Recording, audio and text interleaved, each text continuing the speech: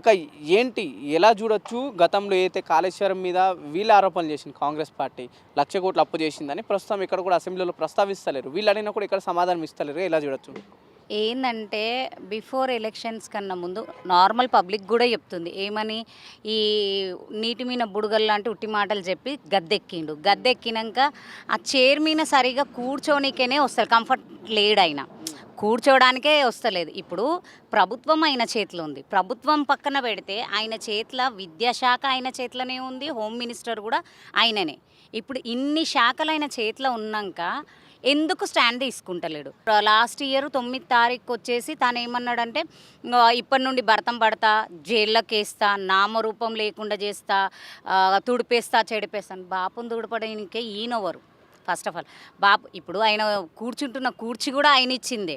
ఇప్పుడు సచివాలయము బాబాసాహెబ్ అంబేద్కర్ అనే సచివాలయం ఇక్కడ మీరు వెనకాల చూసినట్టయితే 125 అడుగుల బాబాసాహెబ్ అంబేద్కర్ ప్రతి ఒక్క చిన్న పెద్ద తేడా లేకుండా ప్రతి కులస్తుడు ఎవరైనా ఉన్నారు, తలెత్తుకొని చూసుకున్నంత ఎత్తుగా పెట్టి మేము తలెత్తుకునేలాగా చేసిన బాపు కేసీఆర్ గారిని నామరూపం లేకుండా చేస్తా అనంటే ఆయన అడుగులను కూడా ఈయన ఏం మధ్య చేయలేడు. కానీ ఇప్పుడు ప్రధానంగా కాళేశ్వరం ఇష్యూ గురించి ఏం చెప్తారు? కాళేశ్వరం ఏందనంటే ఇప్పుడు ప్రభుత్వం ఆయన చేతిలో ఉంది. ఇప్పుడు 4 సంవత్సరాలు ఎట్లా అంటే అట్లా ఆడుకోవచ్చు కదా ఆయన. ఎందుకు కాళేశ్వరం తీస్తలేరు? ఓ మంత్రులంతా తెగ మీరు చూసిండ్రు, వాళ్ళ పరిపాలన రాగానే అసలు దేని టాపిక్ కాదు, ఇచ్చిన 6 గ్యారెంటీలే హామీలు ఏది మాట్లాడలేరు వాళ్ళు. కేవలము కాళేశ్వరం జూమ్ చేసి మరి పర్రే అయ్యో ఇప్పుడు మనం ఇల్లు కడితే కూడా కొంచెం ఇట్లా వస్తుంది, అది కూడా జూమ్ చేసి చూపించారు. మళ్ళీ ఇప్పుడు ఎందుకు మాట్లాడతలేరు? ఇప్పుడు ఎందుకు స్టాండ్ తీసుకుంటలేరు? ఏ మంత్రే కానీ ఏ ఎమ్మెల్యేనే కానీ ఈ ముఖ్యంగా ఇక ఉన్న మన రాష్ట్రానికి పట్టిన దళిద్రము గుంపు మేస్త్రే కానీ ఎందుకు మాట్లాడతలేడు? నోరు ఇప్పుతలేడు, ఎందుకు ఇప్పుతలేడు? మేము కూడా ప్రజలు కూడా క్వశ్చన్ చేస్తారు కదా. అంటే గతంలో వీళ్ళే కదా 1,00,000 కోట్లు ఖర్చు పెట్టిలు ప్రాజెక్ట్కి, అంతానం కాదు బీఆర్ఎస్ వాళ్ళు దీన్ని దోచుకున్నారని కాంగ్రెస్ పార్టీ ఆరోపణ చేసింది. దీనికి ఏం సమాధానం ఇస్తారు? ఇప్పుడు బయట పెట్టొచ్చు కదా, వాళ్ళు 1,00,000 కోట్లు కాదు 1000 కోట్లు తిన్నారు బీఆర్ఎస్ వాళ్ళే అది ఇది అని మాట్లాడిండు కదా. మళ్ళీ ఏడి సీఎం ఎందుకు మాట్లాడతలేడు? ఇప్పుడు అసెంబ్లీ నడుస్తుంది, మంత్రులు ఎందుకు మాట్లాడతలేరు? ఏదో ముచ్చట మాట్లాడుతారు వెళ్ళిపోతారు, ఏదో ముచ్చట పనికొచ్చే ముచ్చట ఒక్కటన్నా మాట్లాడుతుర్రా అసెంబ్లీలో? సెంట్రల్ నుండి తెచ్చే నిధుల కోసమేనే కానీ, ఆ ఇచ్చిన హామీల కోసమే కానీ, మన గురుకులాల్లో చనిపోతున్న పిల్లల కోసమే కానీ, ఈ ఆశా వర్కర్లని అంత అమానుషంగా చేతులు పట్టుకొని ఇప్పుడు పోలీసు డిపార్ట్మెంట్ని కూడా నేను ఏమంటలేదు, ఎందుకంటే వాళ్ళకున్న ప్రెషర్ వల్ల వాళ్ళు చేస్తుండొచ్చు. కానీ మరీ అంత ఘోరంగా అది పట్టి లాగడాలు, ఆడోళ్ళని ఎంత అసభ్యంగా వీడియోలు చూస్తుంటేనే బాగా చేయి బట్టి లాగడాలు, కొంగులు బట్టి లాగడాలు. ఒక ఏసీపీ హోదాలో ఉన్న వ్యక్తులు కూడా ఇట్లా చేస్తే సామాన్య ప్రజలకు ఇంకేంది? ఇప్పుడు లైవ్లో ఉండి ఇప్పుడు పిఎస్కు ఎవరైనా ఆడపిల్లలు వెళ్ళాలన్నా భయపడతారు. ఇప్పుడు పబ్లిక్లోనే మీరు ఇంత అమానుష్యంగా చేస్తారు. ఆశా వర్కర్లు అసలు ఇంత దరిద్రంగా మాత్రం ఏ పరిపాలనలో ఏ సీఎం చేయలేడు, ఈయన చేస్తుండే. కాళేశ్వరం అనేది ఒక వృధా ప్రాజెక్టు, దీనివల్ల తెలంగాణ రాష్ట్రానికి ఎటువంటి లాభం లేదని చెప్పేసి కాంగ్రెస్ పార్టీ గతంలో ప్రచారం చేసింది. ప్రస్తుతం ఏం చెప్పదలుచుకున్నారు ఈ పైన? మళ్ళీ మీరేం చేస్తారు? మీరు అధికారంలో ఉన్నారు కదా. ఇప్పుడు మేము తప్పు చేసినప్పుడు మీరు తీయాలి కదా, అది ఆ తప్పులు ఏందో మీరు తీయాలి కదా. ఎక్కడ సందు దొరుకుతలేదు, తప్పులు ఏందో వెతకాలన్నా కానీ అవి దొరుకుతలేవు. అందుకనే వచ్చిన 3 నెలలు కాళేశ్వరం అని, ఎందుకంటే బిగ్ ప్రాజెక్టు, దానివల్ల కొంతమంది రైతులకు 1000 మంది రైతులకు మంచి జరుగుతుంది. అది మంచి జరిగితే అనుకున్న చరిత్రకారుడు బాపు కేసీఆర్, చరిత్రలో నిలబడే పేరు బాపు కేసీఆర్ది. ఆ పేరుని చెరగొట్టాలని ఎంత ప్రయత్నించినా ఎంత ఎత్తులు వేసినా కానీ మన రేవంత్ రెడ్డి వల్ల కాదు. ఆయన మాటలు ఉట్టి మాటలే, ప్రజల్లో అది బాగా నాటుకుపోయింది. ఈయన ఏంది, ఈయన అసలు పరిపాలన చేస్తాడా, ఈయన ఉట్టి మాటలకారా అని.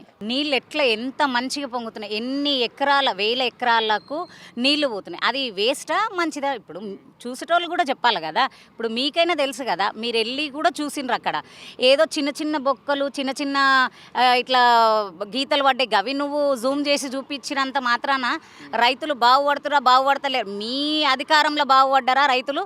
బీఆర్ఎస్ ప్రభుత్వంలో మీరు 70 ఏండ్లు పరిపాలన చేసినప్పుడు ఎట్లుండే తెలంగాణ, 10 ఏండ్ల పరిపాలనలో ఎంతమంది ప్రతి ఒక్క దాంట్లో ప్రతి ఇండస్ట్రీయే కానీ ఏదే కానీ ప్రతి ఒక్కళ్ళు బాగుపడ్డారు. చేసేంత మాత్రం బాపు కేసీఆర్ గారు చేసిండ్రు. రైతులకే కానీ రుణమాఫీ కానీ ప్రతి ఒక్కటి చేసిండు. ఈయనలాగా ఉట్టి మాటలు చెప్పి దళిత బంధువు అవిది ఇది అని చెప్పి మాటలల్లో మబ్బ పెట్టలేడు. కానీ బాపు కేసీఆర్ 10 ఏళ్ల పరిపాలనలో మీరు ఎవరిని అడిగినా కానీ 100% తనకు ఎంత ఇంకా ఈ అధికారం ఇంకా 5 ఏళ్ళు ఉండుంటే ఇంకా డెవలప్మెంట్ అనేది అవుతుండే. కానీ కాళేశ్వరం ప్రాజెక్టు నుండి మాత్రం రైతులకు మంచి జరిగిందన్నది వాస్తవం. ఆ వాస్తవాన్ని వీళ్ళు కాంగ్రెస్ ప్రభుత్వము జీర్ణించుకుంటలేదు. రైట్. ఒకవైపు ప్రధానంగా మన రాష్ట్రంలో చూసుకుంటే ఏదైతే చాలా వరకు న్యూస్ ఛానల్స్లో కేటీఆర్ అరెస్ట్ గవర్నర్ ఆమోదం తెలిపినప్పేసి ఒక హెడ్లైన్స్ రావడం జరుగుతుంది. నిజంగానే కేటీఆర్ అరెస్ట్ ఉండబోతుందా? ఒకవేళ కేటీఆర్ అరెస్ట్ ఉంటే ఎటువంటి విషయాలు కేటీఆర్ అరెస్ట్ చేస్తారని ప్రభుత్వం భావిస్తుంది?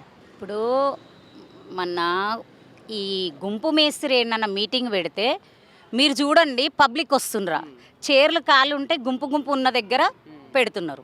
ఇప్పుడు మహిళా డాకా గ్రూప్లో చాలామంది నాతోటి వచ్చి చెప్పుకున్న మాట ఏంటంటే, మీరు వాళ్ళు పనులలోకి వెళ్తారు, రండి, మీరు రాకుంటే మీకు లోన్లు రావు అని భయభ్రాంతాలు చేసేసి ఇప్పుడు కేటీఆర్ ఒక పిలుపునిస్తే ప్రతి ఒక్కటి వదులుకొని మీటింగ్స్కి పోతారు. ఇంకోటి అరెస్టు అంటారా? అరెస్టులు కొత్త కాదు, మాకు అరెస్టులు అనేది కొత్త కాదు. కృష్ణుని జన్మస్థానం అది. పోయినా కానీ కేటీఆర్కు ఏం అది కాదు. కానీ వెతుకుతున్నారు ఎన్నిలో అరెస్ట్ చేయాలి. మొన్న సగం రాత్రి అరెస్ట్ అవుతుండ అని చెప్పేసి ఎంతో గందరగోళం చేసిండు. తీరా చూసే వరకు తుస్సు ఏదో బాంబు వెళ్తుంది అని మాట్లాడిరు. ఏం బాంబు? ఏ బాంబు వెళ్ళలేదు. జస్ట్ ఏందంటే కేటీఆర్ గారిని ఎదుర్కొనే దమ్ము లేదు. కేటీఆర్ గారిలాగా మాట్లాడే రామన్నతోటి ఒక్క 10 నిమిషాలు నువ్వు సీఎం కదా, డెబిట్లో కూర్చొని మాట్లాడు, నువ్వు మాట్లాడితే అప్పుడు ఒప్పుకుంటారు ప్రజలు కూడా. కేటీఆర్ని ప్రధానంగా వీళ్ళు చెప్తుందంటే ఫార్ములా ఈ రేసింగ్లో కుంభకోణం జరిగింది కాబట్టి మేము అరెస్ట్ చేయాల్సి వస్తుంది అంటున్నారు. నిజంగానే ఫార్ములా ఈ రేసింగ్లో కుంభకోణం జరిగిందా? ఇక కుంభకోణం జరిగిందంటే ఇక ఆయననే బయట పెట్టాలి. ఇప్పుడు ఇన్ని రోజు అసలు ఏది దొరుకుతలేదు. ఏదో ఒకటి మీరు చూడండి, ఏదో ఒకటి ప్రతి నెల ఒక టాపిక్ తీసుకొని ఆ టాపిక్ని ఇష్యూ నువ్వు ప్రజలకు ఏం చేయాలి అది కాదు. మాట్లాడితే నువ్వు బాపు కేసీఆర్ గారిని తుడిచేస్తా, నామరూపం లేకుండా చేస్తా, పేరు లేకుండా చేస్తా, కేటీఆర్ గారిని అరెస్ట్ చేస్తా, హరీష్ రావుని అది చేస్తా అని ఈ ముగ్గురు తప్ప నువ్వు ప్రజలకు ఏం చేస్తున్నావు? ప్రజల్లో ఏంది? ప్రజలకు ఏం మాట ఇచ్చి నువ్వు వచ్చినావు? నువ్వు అరెస్ట్ చేసినంత మాత్రాన ఏం కాదు. కేటీఆర్ గారికి కొత్త కాదు, మాకేం కొత్త కాదు. అరెస్ట్ కావడం, పోవడం, రావడం తెలంగాణ కోసం కొట్లాడినాం, తెలంగాణ కోసం కొట్లాడతాం. ఇంకా ఏంటంటే ఇప్పుడు ఇంకా గట్టిగా కొట్లాడాల్సి వస్తుంది. ఎందుకంటే ఇంతకుముందుకేమో మా రాష్ట్రం కావాలని కొట్లాడుకున్నాము. ఇప్పుడు మా రాష్ట్రంలో చీడ పురుగులు మొత్తం ఒక్కటయ్యి మా రాష్ట్రాన్ని దోచుకుంటున్నారు. కాబట్టి వాళ్ళ నుండి విముక్తి కలగాలని 4 సంవత్సరాలు కంపల్సరీ కొట్లాడి ఇక జైలుకు పోవడం పోయి రానియండి. ఎందుకంటే ఆయనకు చాలా ఆశ ఉంది. ఆయన మాట్లాడితే ఏం చేయడు, హోమ్ చేతిలో ఉంది కాబట్టి ఆయన మాట్లాడితే జైలు పంపిస్తాను. ఈడ భయపడేటోళ్ళు ఎవరు లేరు. అవి కొత్త. ఇంకోటి ఏంటంటే నోటుకు ఓటు కేసులో బ్యాగు తీసుకుంటా రెడ్ హ్యాండెడ్గా దొరికినాడు కాదు రామన్న. నువ్వు ఎన్ని వెతికినా కానీ, ఏ బొక్కలు వెతికినా కానీ ఏముండదు. అది నీ భ్రమ. నువ్వు ఉట్టుట్టిగా వేసావు. ఎందుకంటే మన అల్లు అర్జున్నే అసలు అసలు రీజనే లేదు. ఆయన జస్ట్ విఐపి వచ్చిండు. ఓకే, ఏ అమ్మాయి అయితే అట్లా చనిపోయిందో దాన్ని మేము చాలా చింతిస్తున్నాం. బట్ అనవసరంగా ఏదో లెవెల్కి పోతాడు అనుకుండు. కానీ ఏమైంది? ఆ లెవెల్ మొత్తం జారేసుకున్నాడు. ప్రతి ఇండస్ట్రీలో దెబ్బ పడుతూనే ఉంది. ఏ ఇండస్ట్రీలో అడుగుపెట్టి నేను ఎక్కువ హీరో అయిదాం అనుకుంటున్నాను. నువ్వు హీరో కావాలంటే ఫస్ట్ పోయి తిరుపతి రెడ్డిని అన్నది ఆ అన్న ఇల్లు గులగొట్టు, ఆడ బుల్డోజర్ పెట్టు, అప్పుడు నువ్వు నిజంగా హీరోవా అని అనుకుంటాం. కానీ వేస్ట్ నువ్వు చేసేవాడు. రీసెంట్గా చూస్తాం జానారెడ్డి ఇంటికి కావచ్చు, లేకపోతే బాలకృష్ణ ఇంటికి కావచ్చు, కొందరు ప్రముఖుల ఇంటికి కూడా మార్కేయడం జరిగింది. ఈ రోడ్ ఎక్స్టెన్షన్ బాగుంది. నిజంగానే వీళ్ళు ఇల్లు టచ్ చేసే అవకాశం ఉందనుకోవచ్చు రేవంత్ రెడ్డి.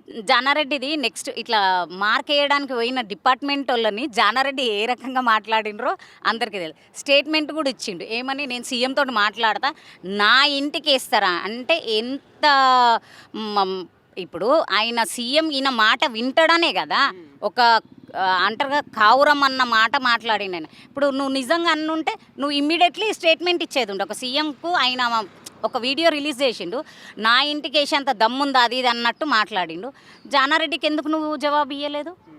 ఇప్పుడు నువ్వు అందరికీ ఒకటేలాగా న్యాయము ధర్మము చట్టము నువ్వు కరెక్ట్ అందరికీ ఒకటేలాగా చూస్తున్నావు అంటే 100% జానారెడ్డికి సమాధానం ఇచ్చేది ఉంటుంది. జానారెడ్డికి ఎందుకు సమాధానం ఇవ్వలేవు నువ్వు?